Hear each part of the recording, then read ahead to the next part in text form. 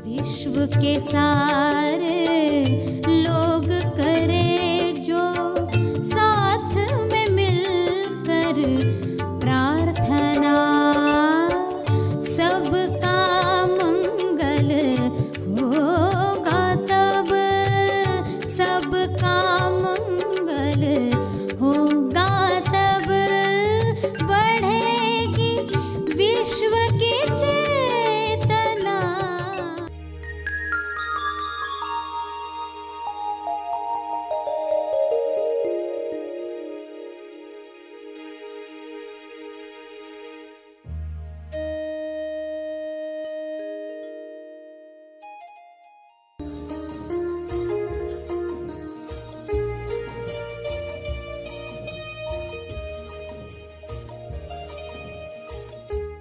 जब भी जहाँ भी रहें, तेज लाभ किस में है ये इंसान को पता होना चाहिए, वरना केवल लाभ में उलझकर लक्ष्य भूल जाते हैं। सभी को शुभेच्छा। हैप्पी थॉट्स तेज ज्ञान फाउंडेशन द्वारा आयोजित ध्यान प्रार्थना बीज बोने के लिए आप सबका स्वागत करते हैं। रोज हम सब मिलकर प्रार्थना करते हैं ताकि हम खुद भी स्वस्थ रह पाएं और जो बीमार हैं उन्हें भी हम अपनी प्रार्थना का बल पहुंचा पाएं। तो आइए ग्रहणशील रहते हैं और इस प्रार्थना का लाभ लेते हैं। प्यारे, हंसते हंसते जीना सीखने वाले खोजियों, अपनी आंखें बंद करके मौन के हास्य को महसूस करें। प्रार्थना करने के पहले मौन आनंद को अपने अंदर महसूस करें। ईश्वर के चुटकुले पर हंसना सीखें। ईश्वर की लीला किस आनंद के लिए रची गई है उसे समझकर प्रार्थना करें। सभी पूरे भाव में हृदय से समझ के साथ पृथ्वी के सारे जीवों के लिए, उनके स्वास्थ्य के लिए प्रार्थना करेंगे। हे परमात्मा, सभी को सच्चा हास्य मिले। विश्व के सारे मनुष्य हंसते हंसते जीना सीखें और सभी यह जाने कि हंसने का कारण हमारे भीतर है। सभी दूसरों पर न हंसकर अपने आप पर और अपने अज्ञान पर हंसना सीखें। सबको ऐसा ज्ञान प्राप्त हो कि वे अपने डरों पर हंस पाएं, अपने क्रोध पर हंस पाएं, अपनी गलतियों पर ज्यादा हंसें बजाय दूसरों की गलतियों पर हंसने के। सब जान जाएं कि आनंद हमारा स्वभाव है। उस स्वभाव में रहने के लिए स्वयं की पहचान प्राप्त करना जरूरी है। सभी यह पहचान प्राप्त करें। स्वबोध के बाद हास्य अपने आप बेशर्त निकलता है। पहले इंसान को हंसने के लिए कारण चाहिए होता है। सत्य जानने के बाद बाहरी किसी कारण की आवश्यकता नहीं रहती। हंसना मुस्कुराना बेशर्त है। यह ईश्वर का स्वभाव है। सभी अपने स्वभाव में प्रेम, आनंद, मौन की अभिव्यक्ति करें। हंसने के लिए किसी इनाम की आवश्यकता नहीं है। हंसना अपने आप में इनाम है। सभी ये सच्चाई जान जाएं और केवल होंठों और बुद्धि से न हंसें, हृदय वाली हंसी हंस पाएं, हंस बनकर जी पाएं, परमहंस बनकर जी पाएं। होंठों से हंसने वाले मात्र ऊपरी ऊपरी केवल मनोरंजन करने के लिए हंसते हैं। बुद्धि वाले इसलिए हंसते हैं कि इससे स्वास्थ्य मिलेगा, डॉक्टर ने कहा है इसलिए हंसना है, तर्क है इसलिए हंसते हैं, बेशर्त नहीं है। हृदय वाली हंसी अपनी पहचान पाकर निकलती है। असली हंसी हंसना सीखें। हे परमात्मा, मेरे द्वारा असली हास्य निकले, असली हंसी मैं सदा रख पाऊं, निमित्त बन पाऊं, मैं सदा खुशी फैलाऊं, ऐसा आशीर्वाद दो। सभी ये खुशी प्राप्त करें और इस खुशी को चारों ओर फैलाएं। दूसरों को गिरता हुआ देखकर लोग हंसने की बजाय मदद करें, प्रार्थना करें।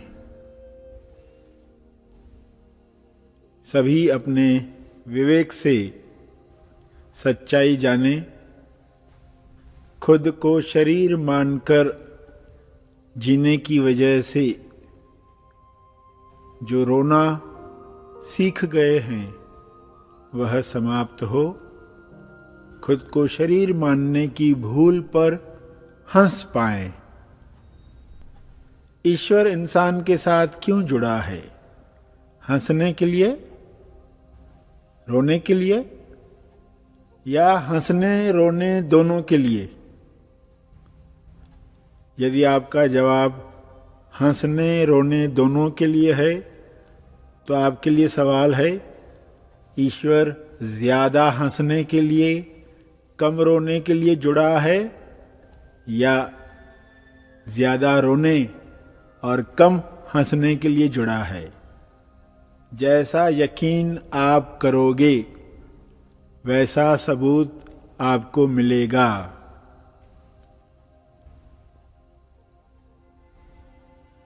किसकी इच्छा पूर्ण हो? ईश्वर अगर हंसने के लिए जुड़ा है, ज्यादा हंसने के लिए कम रोने के लिए जुड़ा है, तो किसकी इच्छा पूर्ण हो? ईश्वर की इच्छा पूर्ण हो, सारे मनुष्य हंसते हंसते जीना सीख जाएं और अंत में मौन में डुबकी लगाकर हंसना सीख जाएं। यह अंतिम हास्य है। आप सब खुशी में प्रार्थना करना सीख रहे हैं, ईश्वर की इच्छा पूर्ण कर रहे हैं। सभी सत्यवान को प्राप्त करें। सत्य के साथ जीना, हंसते हंसते जीना है। सत्यवान आपका अनुभव है, आपका सत्य है। आप वह कभी नहीं भूलें, उससे कभी नहीं बिछड़ें। सावित्री की तरह उसे पुनः प्राप्त करें। इसी समझ के साथ प्रार्थना करते रहें।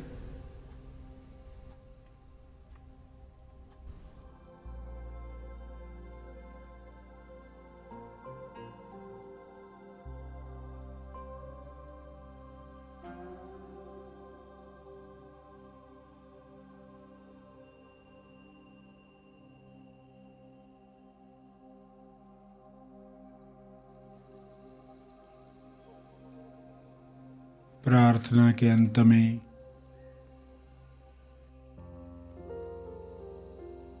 अपने तप का बल, अर्जित बल लोक कल्याण के लिए समर्पित करेंगे।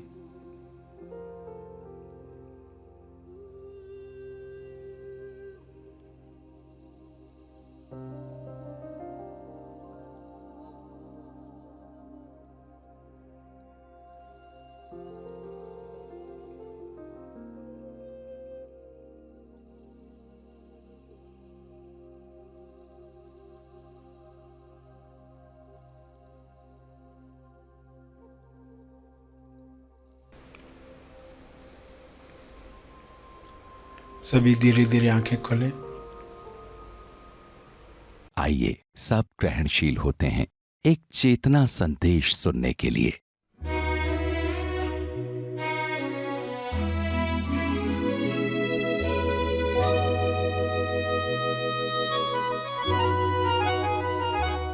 प्यारे खोजियों, सबसे पहले हंसेंगे और बाद में तीर लगे तो न हटेंगे।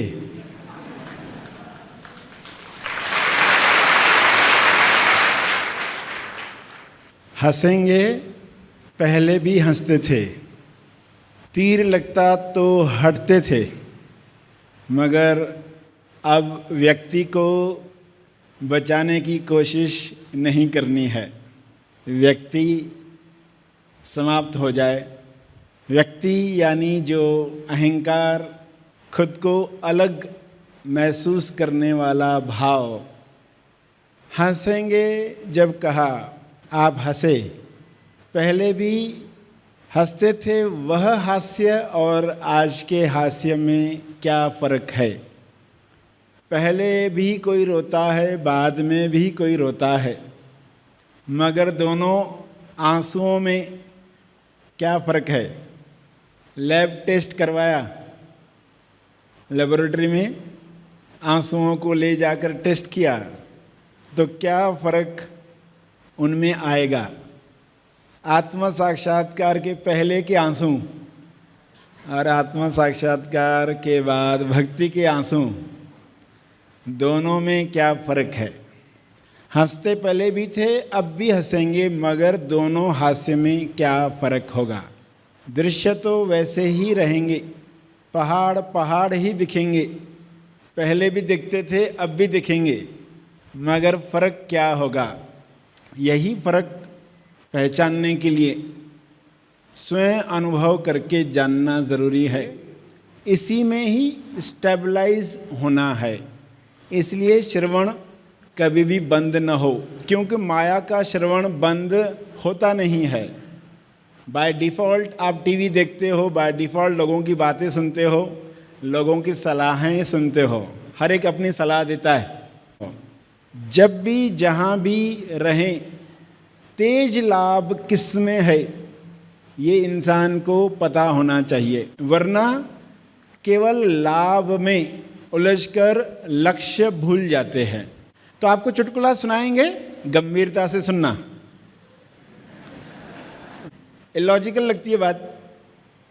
जब भी तीर लगता है तो ऐसा ही लगता है कि ऐसा थोड़ा ही ना होता है। जोक भी बोल रहे हैं और गंभीरता से भी सुनना है कहा, दोनों बातें एक साथ कैसे मैच होगी?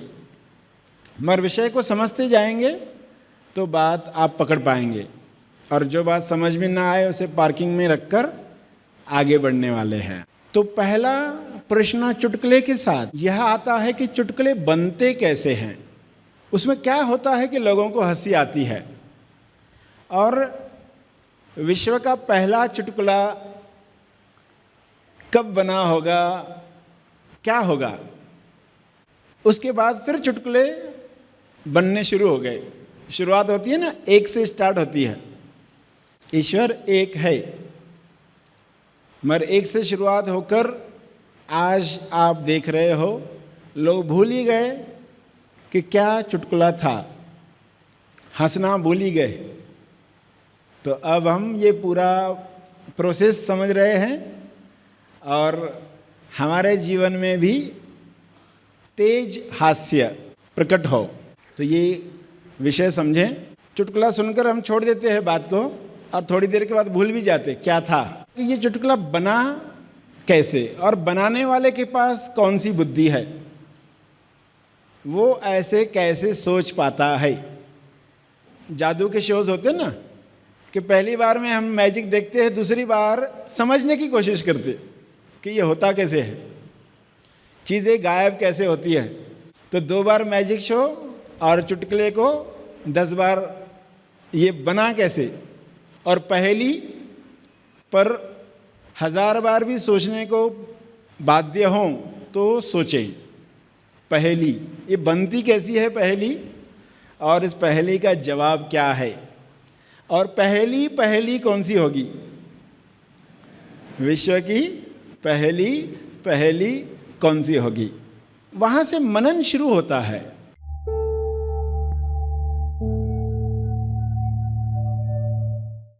प्रार्थना और मार्गदर्शन का सभी ने लाभ लिया। आइए यहीं पर समाप्त करते हैं, कल फिर मिलेंगे, तब तक के लिए धन्यवाद।